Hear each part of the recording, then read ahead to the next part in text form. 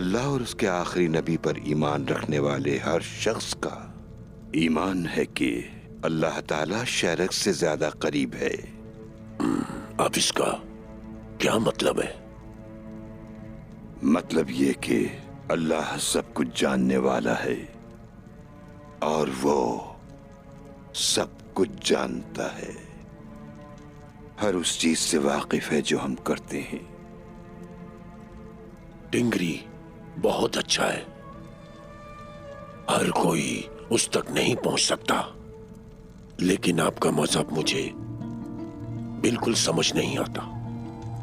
नाइमान, जब भी तुम्हारा मुसलमानों से आमना सामना होता है तो तलवारों की आवाजों के साथ साथ हर तरफ अल्लाह अकबर की सदाएं सुनाई देती होंगी। यकीनन मैंने सुना है और मैंने उनमें से कई को दफन कर दिया। उस्मान, आप कहिए शेख अदब अली। वो तमाम मुसलमान अल्लाह के लिए मरते हैं, उसकी रहमत बड़ी है और गजब खौफनाक, और वो गजब दुनिया को अगर दिखा दिया जाए तो हर कोई घुटने टेक देगा और उनकी चीखों से पूरी दुनिया गूंज उठेगी। और वो रब हर शय पर कादिर है, लेकिन कोई अगर रब तक ना पहुंच सके तो हमारा रब सबकी सुनता है और सब पर करम फरमाता है। ये इंसान ही है जो खुद अपना दुश्मन बन जाता है। हर किसी से बात करने वाला टेंगरी मेरे लिए सिर्फ टेंगरी नहीं है, मैं टेंगरी का खास बंदा हूं, मैं उसका गजब हूं। अदब अली।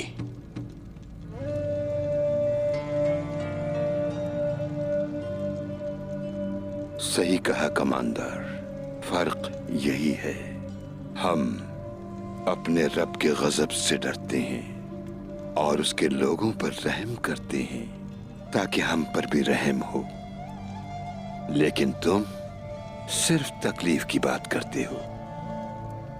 तुम अपनी कमजोरियों को रहम के पीछे छुपाते हो और अपने खौफ को अपने मजहब के पीछे छुपाते हो। ना छुपाओ। हम किसी से भी नहीं छुपते, हमारे दीन में है काफिरों से डटकर लड़ते रहो यहां तक कि तुम्हें मौत आ जाए।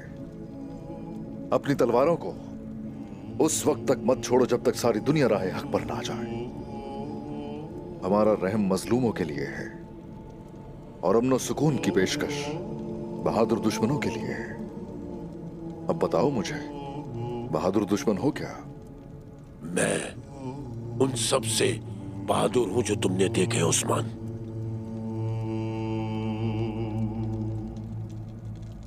शेख मोहतरम, हम एक बहादुर दुश्मन का क्या करें? बहादुर दुश्मन को अव्वल तबलीग करेंगे। अब सुनो, वो जो अल्लाह की आयतों में बगैर किसी ऐसी दलील के झगड़ा करते रहते हैं जो उन्हें मिली हो, ये बात अल्लाह के नजदीक और ईमान लाने वालों के नजदीक किस कदर सख्त बेजारी है। अल्लाह हर मुतकब्बिर सरकश के दिल पर इसी तरह मोहर लगा देता है। मुतकब्बिरों में से न बनो नाईमान, हम आपको इस्लाम की दावत देते हैं। आओ, इस्लाम से सरफराज हो। आप यहां हैं, हमारी मेज पर हमारा ही पानी पिया और हमारा ही खाना खाया, इसीलिए हमारे पैगाम और इखलास पर यकीन रखें। अगर तुम लड़ना ही चाहते हो तो अल्लाह के लिए लड़ो, कलिमाए शहादत का विर्द करो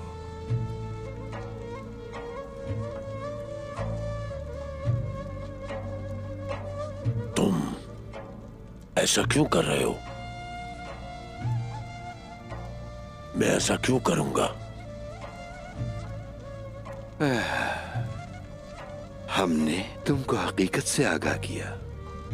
अगर ये सुनकर ईमान ले आओ तो तुम हमारे भाइयों में से हो, और अगर ना मानो तो दुश्मन बन जाओगे, और हमारी तलवारें तुम्हारे लिए हमेशा तेज रहेंगी। हम वही करेंगे जो टिंगरी का हुक्म है।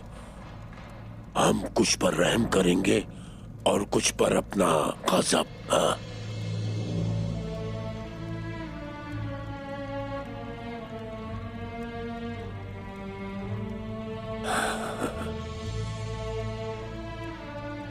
मुझे आपकी बातों ने थका दिया शेख अदब अली।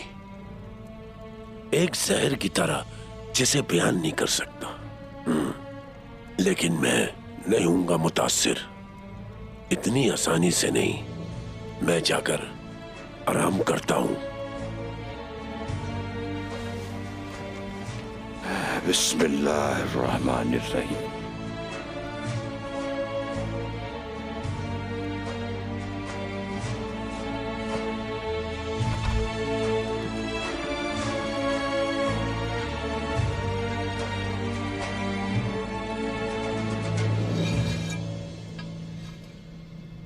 नयमान कबीले में है। जनाब कहते हैं कोई मसला नहीं, लेकिन हमें होशियार रहना चाहिए। चलो तो फिर तैयार हो जाते हैं कोनूर भाई। नायमान किस किस्म का दुश्मन है हमें मालूम होना चाहिए। जानते हो नयमान खुद ही करारगाह में क्या, उसने सरदारों से और इस्मेहान से खुद ही बात की और जो चाहा लिया। क्या ले लिया? उन सब की हिम्मत। वो अपने चंद आदमियों के साथ यहां आया था, उसे अपनी जान की कोई फिक्र नहीं। नायमान दूसरों से मुख्तलिफ है, वो मुख्तलिफ सोचता है। दूसरे लोग हमें डराने के लिए अपना लश्कर दिखाते हैं। नायमान को लगता है कि वो अपने लश्कर के बगैर ताकतवर है। ओह ओह, क्या हुआ गुरबु सिपाही? मैं आग तैमूर साहब के लिए उदास हूं। वो किसके लिए बताएं? मैं इस बात से परेशान हूं कि आप उदास लग रहे हैं अपनी शादी के लिए।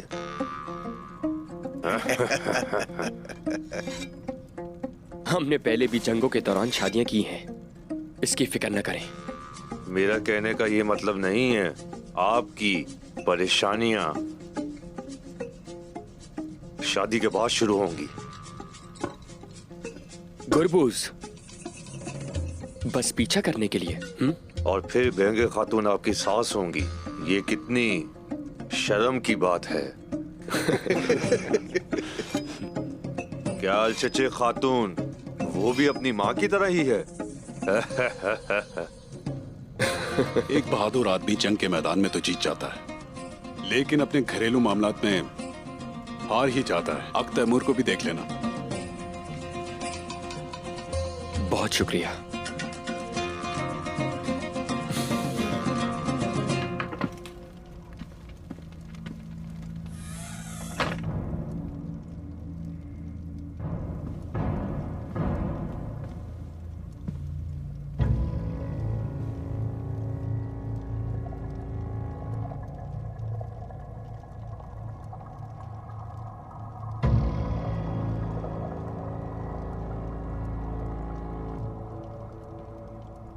हमारा रब सबसे बड़ा है, तो कहो अल्लाह अकबर।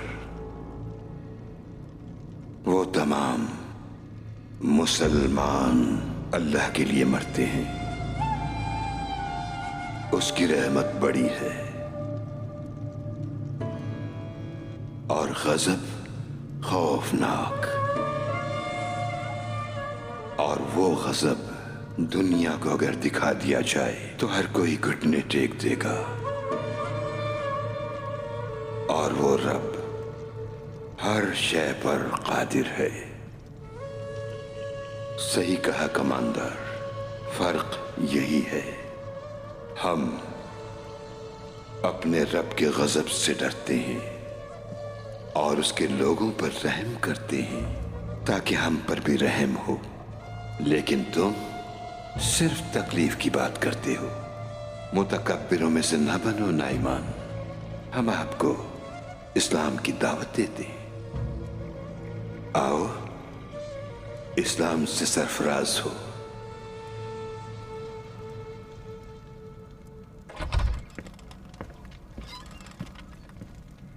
मलहून,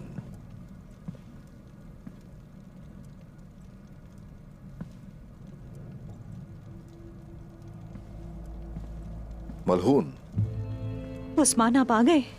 मैंने आपको आते हुए नहीं देखा।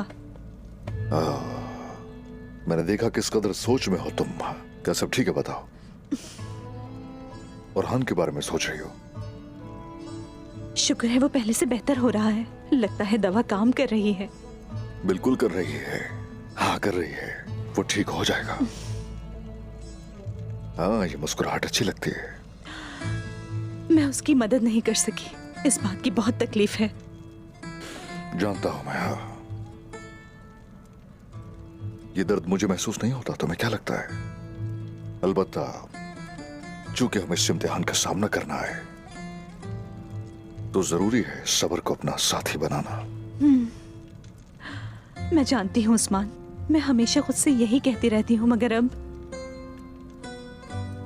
और हान को मेरी आंखों में खौफ और उदासी न नजर आ जाए, मैं अपने बेटे की तरफ देख भी नहीं सकती।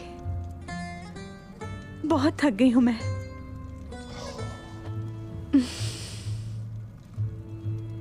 बहुत चीर के रख दिया है इस दर्द ने हमारे दिलों को, लेकिन फिर भी हौसला कभी तुमने नहीं छोड़ा।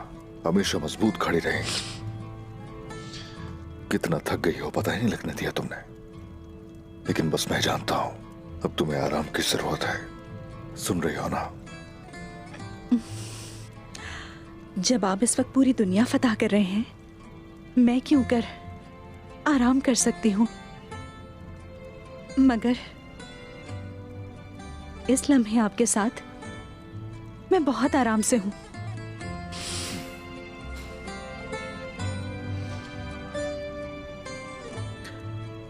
आराम करोगे ताकि और मजबूत हो, इसलिए तुम्हारी इस कबीले को, हमारे बेटे को और मुझे बहुत जरूरत है।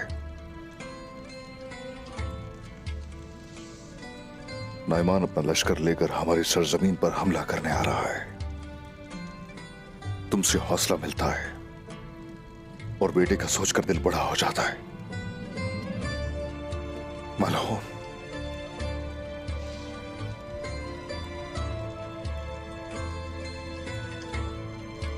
मुस्कुराती रहो ताकि औरहान और हमारी रियासत दोनों खड़े हो सके।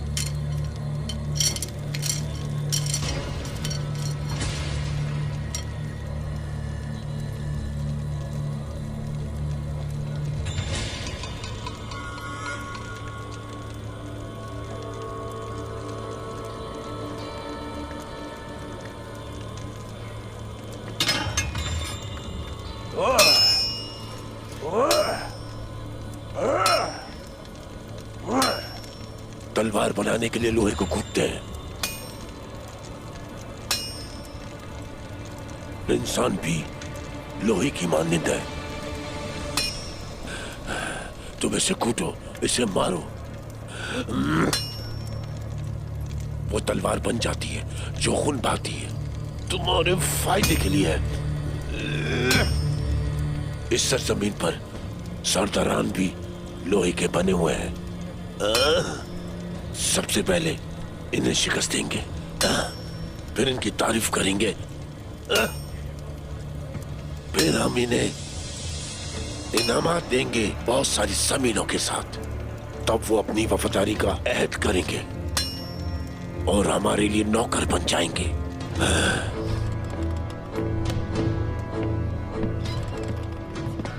कमांडर नाइमान कहाँ है? मेरे हुजूर वो वहां पर लोहा कूट रहे हैं।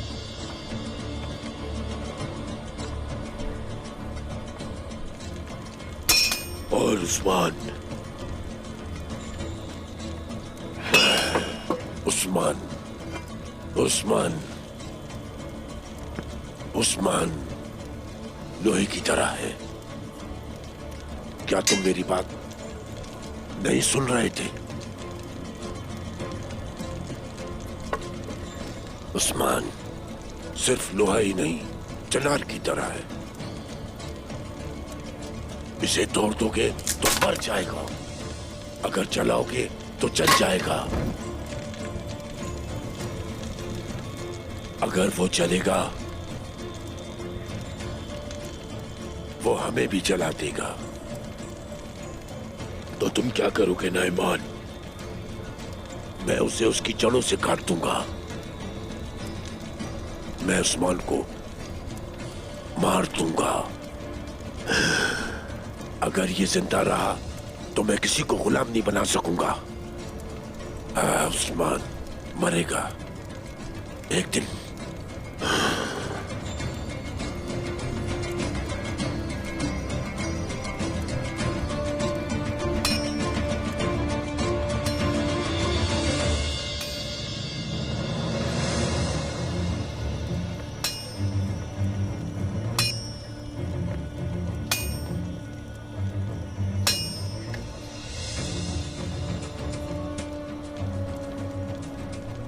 सिपाही हथियार की मानदंड है, अगर बेकार रहे तो जंग लग जाता है उस्मान।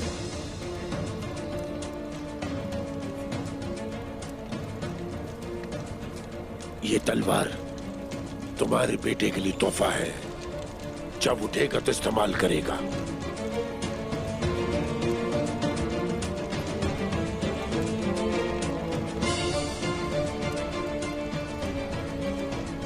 हाँ, शुक्रिया।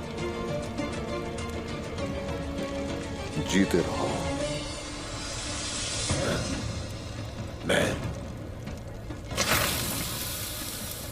बहुत तक जिंदा रहूंगा उस्मान। तुम अपनी फिक्र करो।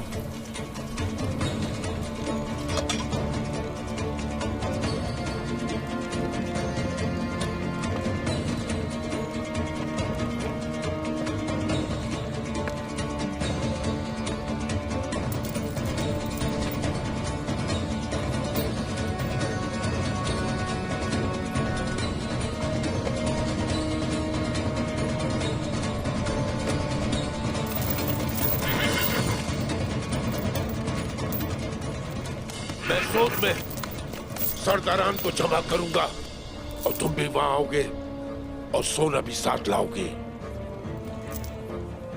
जरूर आऊंगा कमांडर नाइमान, जरूर आऊंगा मैं। चलो चलो।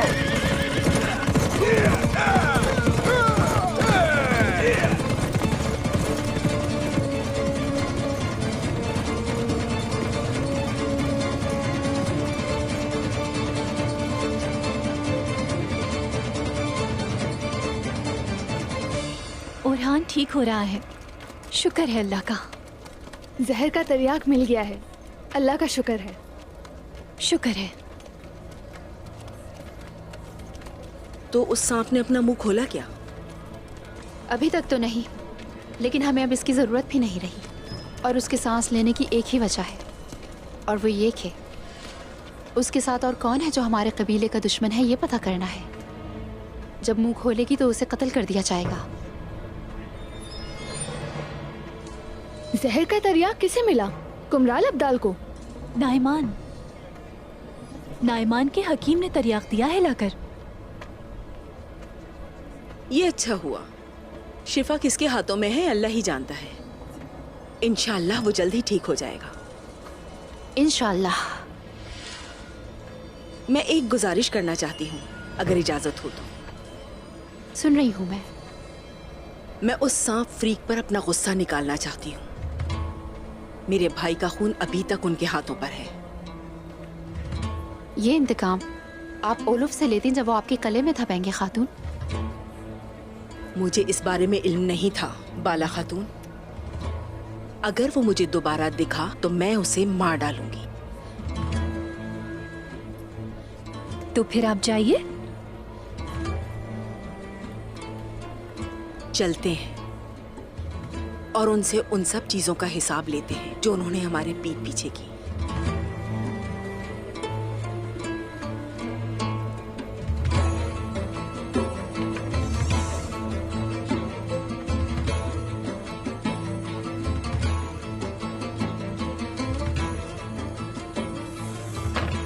तुम सांप हो। तुम्हारे और कितने चेहरे हैं? हाँ, कोई और चेहरा भी है क्या तुम्हारा? तुमने जो किया उसकी कीमत अदा करोगी।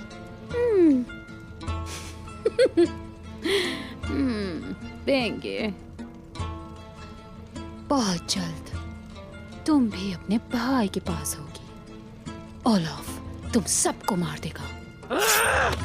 तुम अपना मुंह बंद रखो। ये आप क्या कर रही हैं? कुछ सुकून हो जाए। ये सब नहीं करें, हमें जरूरत नहीं है इसकी। वालिदा रुके, क्या कर रही हैं? मैं तुम्हें मार दूंगी। बेंगे खातून नहीं। मैं अपने भाई का बदला लेकर रहूंगी। आयशा, बेंगे खातून को लेकर जाएं। चलें।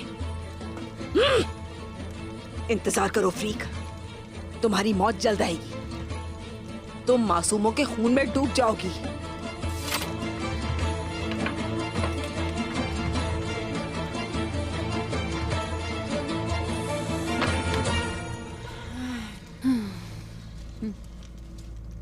तुम्हारे आखिरी दिन है फ्रीक। जल्द ही तुम जहन्नुम वासिल हो जाओगी अपने एतराफ के बाद। जब तक इंतजार करो। जब मैं यहाँ से निकलूंगी सबसे पहले तुम्हारी मौत होगी बाला, और तुम्हारा खून अजीम ओडिन को पेश करूंगी। सिसकती रहो यहाँ।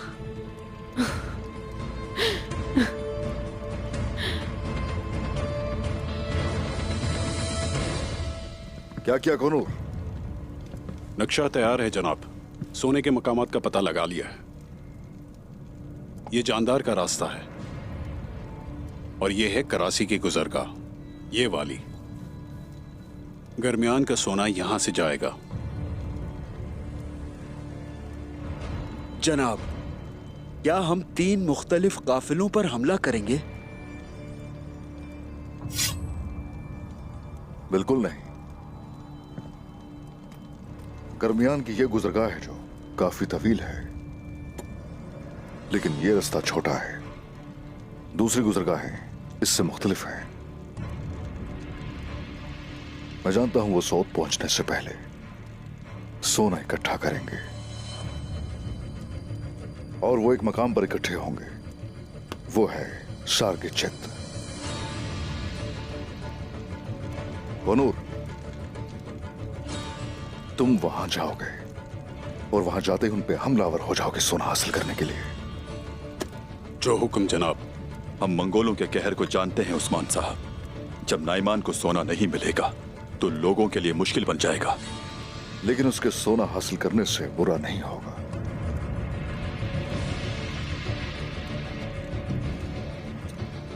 नाइमान यकीनन हमें जानता है। हाँ, मगर वो ये हरगिज भी नहीं जानता कि मैं उसे शिकस्त दूंगा। यही वजह है कि मेरे सोना हासिल करने के बाद वो मेरी तरफ ही आएगा। ये अमल मज़ाहमत को रोक देगा और वो फिर सिर्फ सरदारान को डराएगा।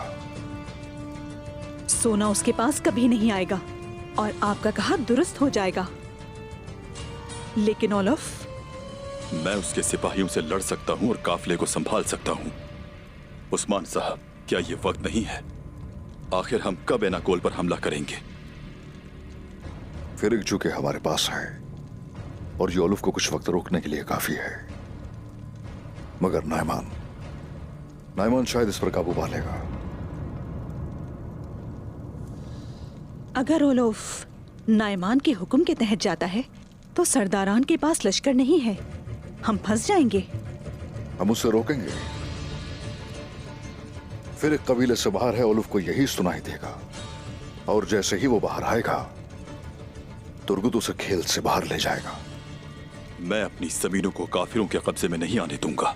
हम उसे जरूर रोकेंगे। ऐसा ही होगा। मलहून, वालिदा सुल्तान इस वक्त काफी उलझन में है।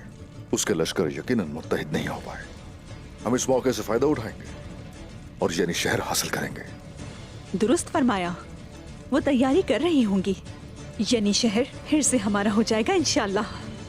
इंशाअल्लाह। मैं नायमान के जिरगे में शामिल होना चाहूंगा। वो मेरा सरकलम करना चाहता है, उसकी बजाय मैं उसका सरकलम करूंगा। और सिर्फ एक ही चीज उसे बचा सकती है मेरी तलवार से, वो है दायरा इस्लाम में दाखिल होना। हर कोई अपनी अपनी जिम्मेदारी संभाल ले।